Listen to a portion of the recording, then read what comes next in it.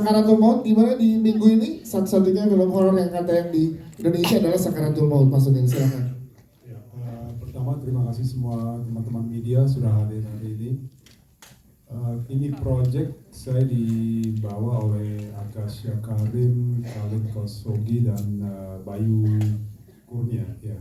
Jadi mereka membawa konsep ini dan langsung saya ajak Tata juga karena kita pernah kerjasama tim ini di waktu maghrib. Nah, setelah itu sama Tata diskusi cerita apa semuanya cocok dan kita lanjutkan untuk persiapan syuting. Jadi memang konsepnya sangat beda dan unik. Ya, dengan konsep yang beda dan unik ini Pak, yang ditawarkan untuk teman-teman penonton, apalagi dengan semua yang cast-cast yang luar biasa yang ada di sini, gimana Pak Sudin? Silakan. Oh iya, saya puas sekali. Yes. Tata juga casting, kita ada proses casting yang cukup lama ya. Jadi saya sangat happy sama filmnya. Siap, terima kasih Pak Sunil. Kita ke Pak Sunar. Pak Sunar sebagai film Indonesia horor yang akan tayang di minggu ini, salah satunya di mana banyak film lainnya juga yang akan tayang di minggu ini di seluruh bioskop di Indonesia. Gimana melihat Sakaratul Maut ini potensinya Pak Sunar? Silakan dari kreatif produser. Terima kasih semuanya udah datang. Semoga tadi suka ya filmnya. Untuk Sakaratul Maut ini dari kita sih rasanya sangat beda ya filmnya dari segi cerita dan juga dari segi horornya. Takut-takutannya bukan kayak biasa tapi udah lebih sophisticated, lebih lebih dekat ke masyarakat lah untuk filmnya. Ya, sedangkan karena banyak juga masyarakat yang punya pegangan atau punya kodam ya Pak Sunar. Ya, ada di sini yang punya pegangan, ada kodamnya apa nih? Jadi memang merasa dekat dengan masyarakat itu yang bikin Sakaratul Maut jadi berbeda dan punya potensi besar ya Pak Sunar. Siap, terima kasih Pak Sunar. Kita ke Mas Sidarta Tata, tepuk tangan untuk Mas Tata dong. Mas Tata, boleh ceritakan dong juga ke teman-teman media yang buat cerita tentang Sakaratul Maut ini. Katanya ada ide cerita dari keluarga Mas Tata juga ya, silakan. Iya, sebenarnya yang pertama-tama terima kasih atas kehadiran rekan-rekan media sekalian gitu.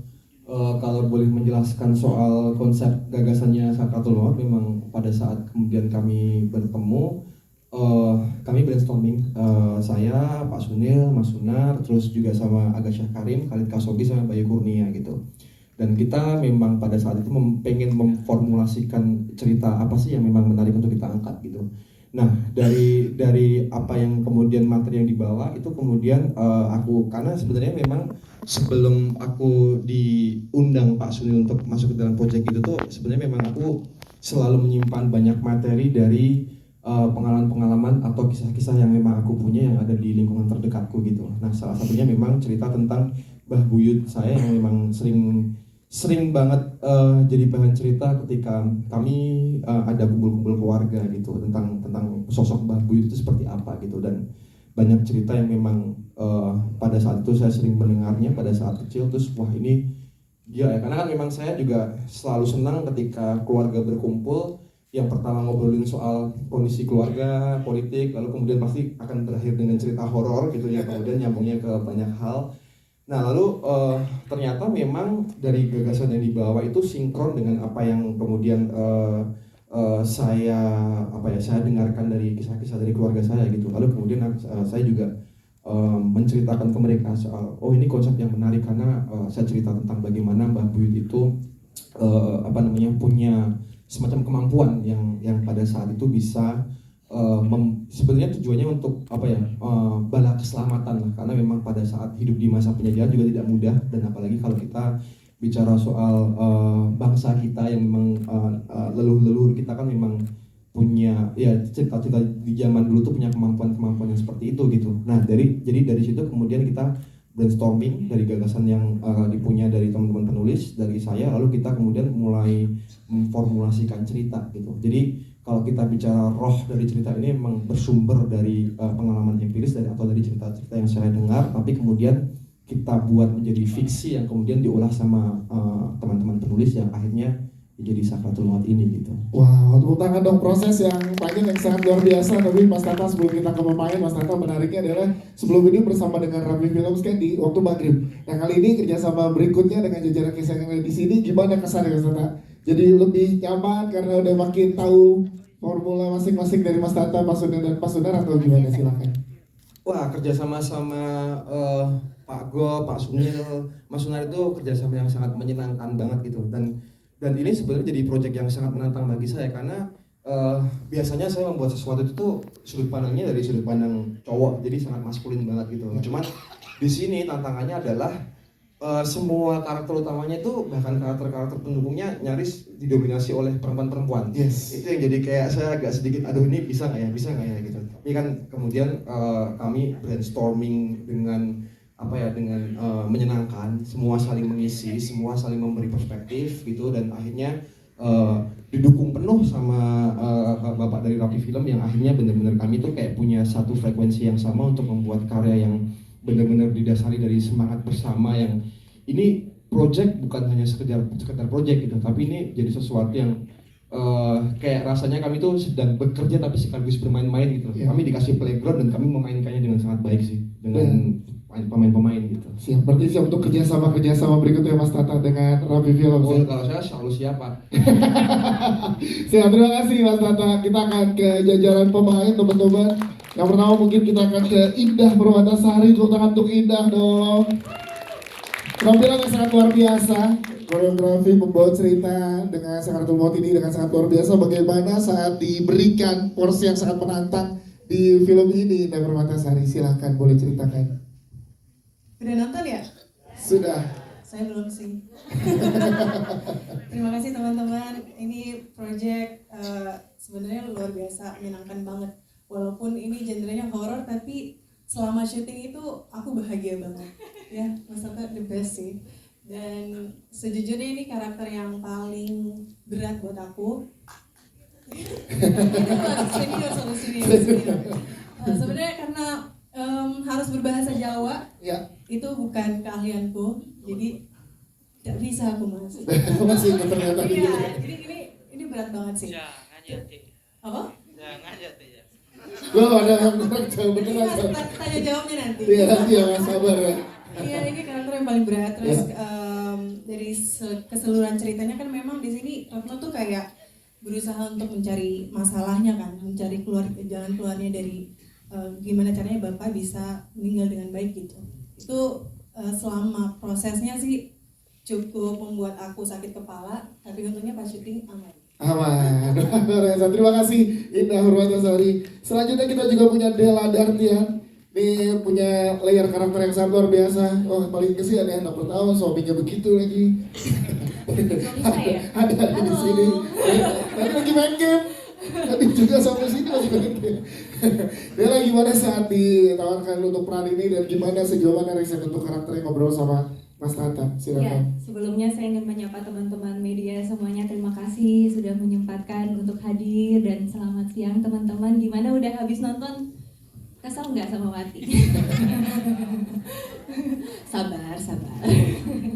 Ya, untuk karakter Wati sendiri sebenarnya ini karakter yang benar sih, banyak layernya. Terus karakter pertama yang aku ambil yang benar-benar complicated sekali ya gitu. Jadi Wati ini orangnya tuh belak-belakan banget, tapi dia itu melakukan hal seperti itu karena memang dia punya kepentingan sendiri, yaitu keluarganya gitu kan, dengan suami yang seperti itu, dengan kehidupan dia di pasar gitu. Dan kemudian dia harus menghadapi ayahnya yang sedang mendekati sakaratul maut begitu, dan dengan pendekatan seperti itu yang menyebabkan Wati untuk pertama kali mungkin dalam hidupnya dia melakukan beberapa hal yang cukup egois gitu. Dan tapi di sini yang justru menariknya dari Wati ada karena dia orangnya belak-belakan banget, dan dia udah dari dulu nggak pernah suka sama Tarjo. Yang diperankan oleh Aksara Dena. Dan ini menarik banget sebenarnya. Sampai sekarang kan tahu Sampai sekarang kayaknya metode dia sama saya. Jadi sebelum film itu tuh saya sama Dena tuh pernah syuting bareng. Iya. Dan kita fine aja gitu, bercanda-bercanda gitu. Nggak tahu setelah syuting ini, waktu syuting ini pun itu kita tapi memang ini emang kita udah mungkin ini cara kita untuk chemistry berdua ya. Dari awal karena mungkin teman-teman relate, mungkin ada yang relate ya, mungkin ya ada yang relate yang dalam satu keluarga ada 2 orang saudara yang punya energi yang buruk banget gitu. Pokoknya kalau ada 2 orang itu dalam satu ruangan tuh nggak enak banget rasanya. Itulah. Pada ngangguk-ngangguk semua relate Ya, sama. berarti banyak nih yang relate kayak gitu nih.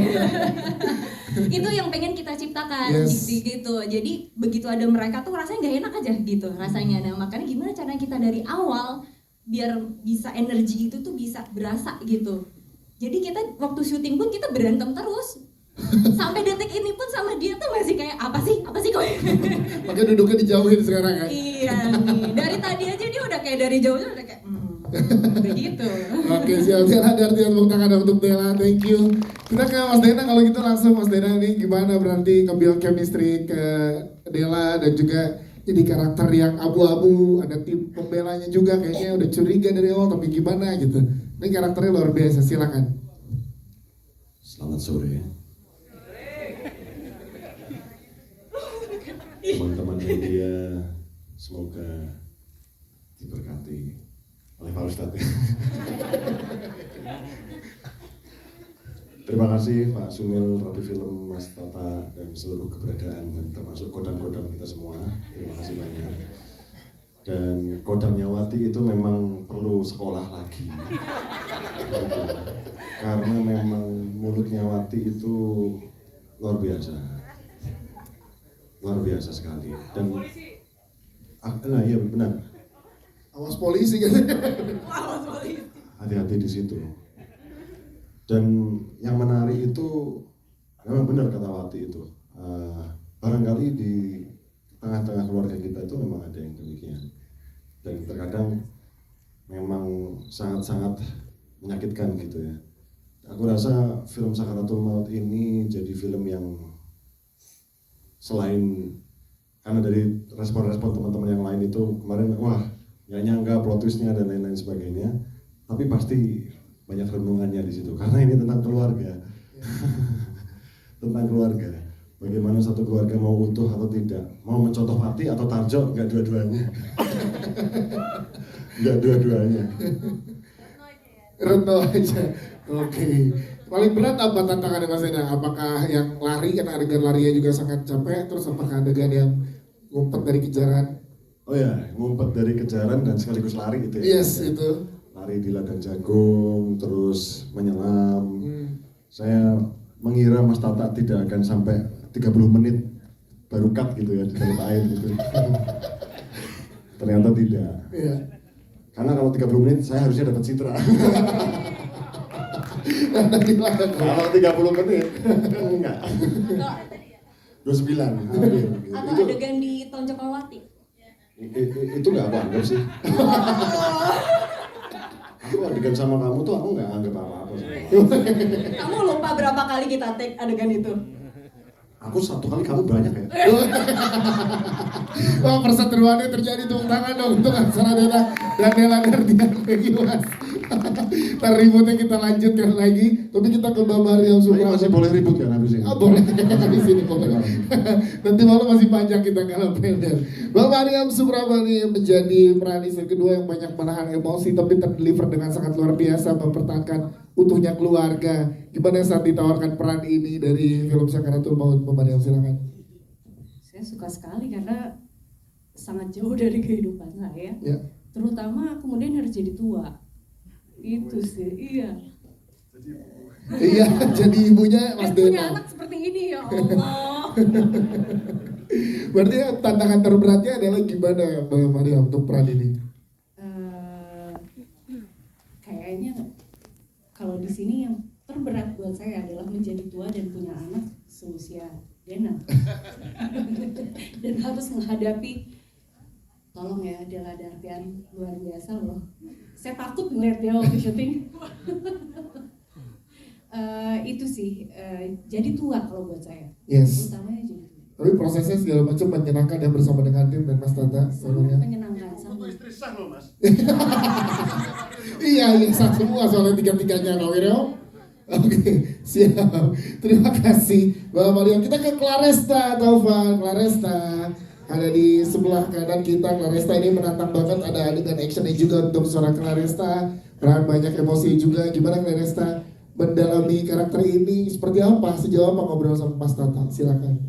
Sebelumnya selamat sore semuanya. Terima kasih pertanyaannya. Ini sebenarnya karakter yang untuk aku pribadi sangat menantang karena di sini aku pertama kali dapat karakter seorang ibu dan punya anak Ismi yang diperankan Naila. Halo Nak. Dan emang kebetulan syuting film Sakaratul Maut ini back to back sama film sebelumnya. Jadi emang prepnya tidak terlalu banyak. Tapi alhamdulillahnya dengan dibantu Mas Tata as director dan juga cast yang lain, diskusinya berjalan lancar, jadi untuk mendalami karakternya juga lebih efektif gitu. Biasanya aku untuk mendekati diri dengan karakter dengan tulisan gitu, dan dimana di film ini aku menulis untuk anak di film tersebut gitu. Dan untuk actionnya sendiri juga kebetulan aku nggak sempat latihan, jadi benar-benar di hari H mau syuting, sorenya siangnya kita baru latihan untuk adegan action tersebut. Terus juga dari karakter Indah ini, Claresta pribadi belajar banyak gitu. Ternyata begini ya, jadi ibu apapun dilakukan demi keselamatan anaknya, walaupun nyawanya sendiri yang harus menjadi taruhannya. Ya, terima kasih Claresta, thank you. Kita ke Pak Landung. Pak Landung berada di sebelah kiri kita. Pak Landung jadi karakter Ustadz di sini yang menjadi satu pencerah ya untuk keluarga. Pak Wiryo ada di sini. Gimana Pak Landung berada di proyek ini bersama dengan jajaran cast yang lain? Pak Landung silakan. Terima kasih. Keterlibatan saya di sini saya nikmati benar karena kerjasama antar pemain sungguh-sungguh sangat baik, sangat kompak dan hangat gitu. Dan ceritanya juga ini bukan semata-mata film horor ya. Ini benar-benar masalah-masalah keluarga, masalah-masalah sosial. Dan di situ ternyata bahwa yang jadi biang keladi adalah namanya saja kalau dalam bahasa Inggris malevolent, selalu cowok, laki-laki. Penderita-penderitanya adalah para perempuan. Nah begitu. Jadi langsung pada tepuk tangan dong cewek-cewek. Relate banget kayaknya ya. Iya, saya senang sekali memerankan diri Mas. Cuma sayangnya ada satu hal yang saya rasakan paling berat, yaitu apa ya namanya? Oh iya, berdoa. Ya bahasa Arab itu menurut saya sungguh-sungguh satu tantangan yang berat. Tapi dengan bantuan beberapa teman yang pasti saya toh akhirnya walaupun terbata-bata bisa juga melakukan itu, dan Mas Tata kayaknya nggak perlu terlalu marah pada saya. Gitu. Terima kasih. Jadi sekali lagi ini bukan hanya film horor sebetulnya, tapi potret dari apa yang sungguh-sungguh sampai hari ini pun terjadi di tengah masyarakat. Yes, itu dia Pak Landung. Terima kasih Pak Landung. Kita ke Naila sebagai Ismi di sini. Naila boleh ceritain dong ke kakak-kakak di sini gimana serunya syuting bareng sama kakak-kakak yang ada di sini juga. Seru banget sih. Ini tuh film perdana aku yang pertama, film layar lebar aku. Semuanya tuh, semua kakak-kakaknya itu tuh pada sayang sama aku. Kayak baik, kayak Ismi, Naila. Mati enggak kan mati? Tetep mati enggak. Jadi seru banget ya syutingnya ya? Ya banget.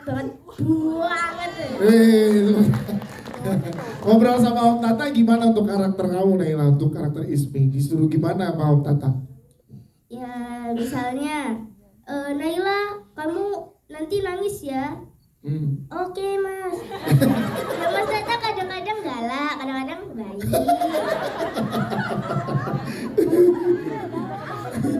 Tapi jadi seru ya Naila ya. Ya. Siap, tepuk tangan dong untuk Naila. Terima kasih. Kita ke Pak Yose Rizal, ini yang tadi Pak Landung bilang, boleh tepuk tangan dong, penyebab semuanya. Ini menyebab gimana Pak Yose berada di peran ini, dari percaya untuk membawa peran di Sakaratul Maut ini, Pak Yose, kesannya silahkan. Sebelumnya selamat sore teman-teman media. Asik ya. Yang penting sebetulnya bagaimana kami diberi ruang untuk eksplorasi selama 1 bulan ya, melatih semua itu, dan kebetulan tokoh yang saya mainkan ini juga ada di sekitar kita, dan saya mempunyai teman juga yang seperti Pak Wiryo ini, dan saya mencoba mendalami watak Pak Wiryo itu melalui riset, melalui observasi, dan Mas Tata cukup bagus ya di dalam menjelaskan kepada kami pemain untuk masuk ke dalam wataknya masing-masing. Sebetulnya yang mengagumkan saya sense humor dari Mas Tata. Orangnya ternyata punya sense humor yang hebat ya. Jadi film ini adalah film yang sangat dekat dengan masyarakat kita. Mudah-mudahan diterima juga oleh masyarakat ketika nanti diedarkan. Amin. Siap, terima kasih Pak Yose. Kita juga ada beberapa pemain juga yang ada di sini, boleh kita ajak ngobrol, boleh tepuk tangan dong. Boleh berdiri, kita mau ngobrol sedikit. Nah ini ya, karena julidnya sampai sini tadi kan. Ada Mbak Retno, ada Mbak Siti Fauzia, dan juga ada Rendra Bagus. Boleh dekat-dekat sini dulu nggak apa-apa dong, bersama dengan pemain yang lain. Nah, kalau boleh ditanya kesannya selama proses syuting untuk Sakaratul Maut gimana? Silakan. Berarti dulu nih, silakan gimana serunya proses syuting. Baik, terima kasih. Selamat sore untuk teman-teman media semuanya. Ketika menerima tawaran untuk main film di Sakaratul Maut ini, kebetulan saya menjadi istri pertama dari Pak Wiryo. Ya, awalnya mungkin sebagai istri pertama kan hanya dia yang disayangi gitu. Ternyata tanpa sepengetahuannya dia memiliki istri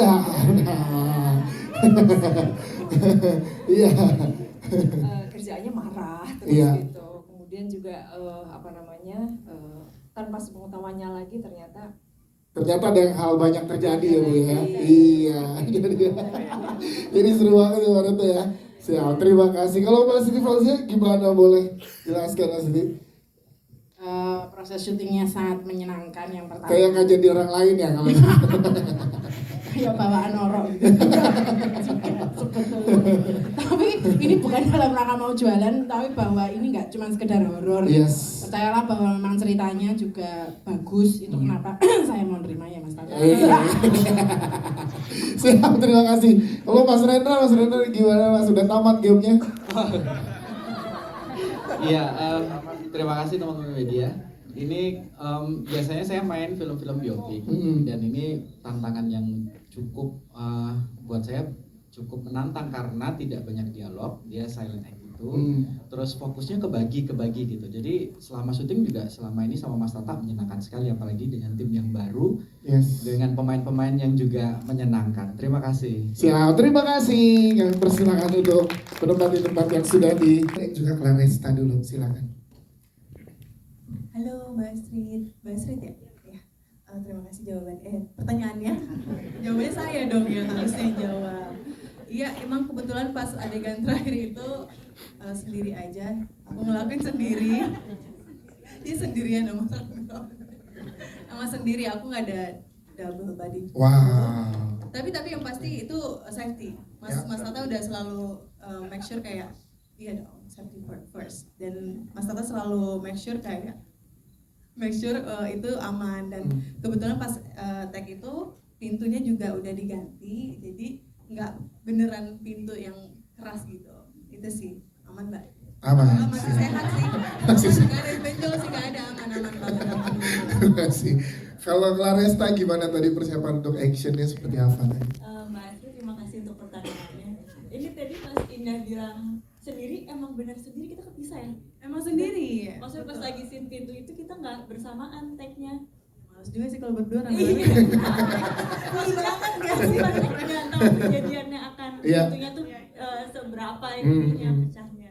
Ya aku waktu itu emang untuk yang action latihannya benar-benar cuma di hari H sekali latihan sama Indah, terus sorenya langsung take. Jadi emang kebetulan pas lagi latihan yang di Jakarta aku lagi ada syuting yang sibuk sih, terlalu banyak pekerjaan tuh gimana ya. Tapi dimaksimalkan dengan workshop di sana ya, barengan sama Mas Tata ya. Tapi dengan Indah dan Clares yang ternyata kita kompak Yes. menjalankan action, karena kan kalau kita menjalankan action di film sama misalnya fighting di bela diri benar kan berbeda. Kalau bela diri kan kita masing-masing, tapi kalau di action di film itu kan kita berkolaborasi sebenarnya, kayak orang menari berdua gimana kita menerima dan memberikan. Ternyata amat sangat mudah sama Indah. Mungkin kan ada basic juga nggak sih? Kan Clares juga ini, aku juga sempat latihan lagi. Mungkin itu yang apa yang membuat lebih gampang dan mudah aja kali ya. Yes, itu dia. Siap, terima kasih Claresa dan juga Indah. Mas Dena, silakan pertanyaan tadi berikutnya. Oh iya. Terima kasih jawabannya. Ikutan sama ini. Terima kasih jawabannya. Pertanyaan saya adalah terbalik. Berarti Mbak Astrid juga nonton hitam ya, terima kasih. Yang menarik dari Siddhartha Tata, the one and only from Waikiki City, Taman Siswa, Street, itu adalah bagaimana berbicara ke dunia itu dengan jati diri kita sendiri. Aku rasa itu point of view yang penting karena Marvel tidak berbicara tentang Gatot Kaca, terus India tidak berbicara tentang Viking gitu ya.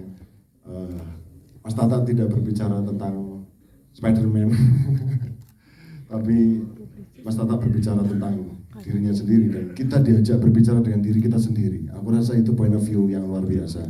Dan terima kasih Rapi Film telah melancarkan tentang jati diri yang kita bicarakan ini. Karena kita jadi semakin mengenal diri sendiri. Seperti Claresta kayaknya udah siap jadi ibu kan tadi. Jadinya ke situ ya. Plot twist-nya di situ. Plot twist-nya adalah Claresta udah siap sekarang jadi ibu. Oh bapaknya siapa katanya. Kira-kira gitu aku yang luar biasa dari point of view-nya Mbak Astrid. Yes, itu dia. Jadi jati diri, menemukan jati dirinya sendiri. Siap. Terima kasih Aman Mbak Astrid. Oke, selanjutnya tadi ada di tengah ya. Ya, silakan. Inspirasinya dari mana ya sebenarnya memang dari yang pertama dari cerita-cerita sebenarnya gitu. Jadi kalau misalnya dari sejak kecil saya selalu kalau ada cerita horor saya selalu ada di barisan terdepan untuk pengen mendengarkan gitu kan. Nah kadang-kadang hal-hal kayak gitu tuh soal bentuknya seperti apa, tingginya seberapa, rambutnya panjang apa enggak itu kan jadi hal-hal yang kemudian memang selalu saya serap gitu. Jadi sebenarnya memang justru referensi bentuk visual itu murni dari cerita-cerita orang dan kesaksian-kesaksian bagi mereka yang pernah melihat gitu. Jadi itu yang kemudian saya aplikasikan ke dalam bentuk yang ada di sini bersama makeup effect kami gitu. Hanya kami menciptakan bentuk itu sih, gitu kira-kira. Oke, siap. Thank you Mas Tata. Mas Sudan silakan boleh dijawab Pak. Iya, setelah Sakaratul Maut kita ada lagi satu film. Mungkin tadi ada teaser. Ada teasernya betul. Jadi Kemah Terlarang Kesurupan Massal. Ya, cerita Rio juga di Jogja. Yes, yang akan tayang juga di tahun ini ya Pak. Iya, di Oktober tahun ini. Jadi setelah Sakaratul Maut nih akan ada yang berikutnya dari Rapi Film. Siap. Aman Mas Adi?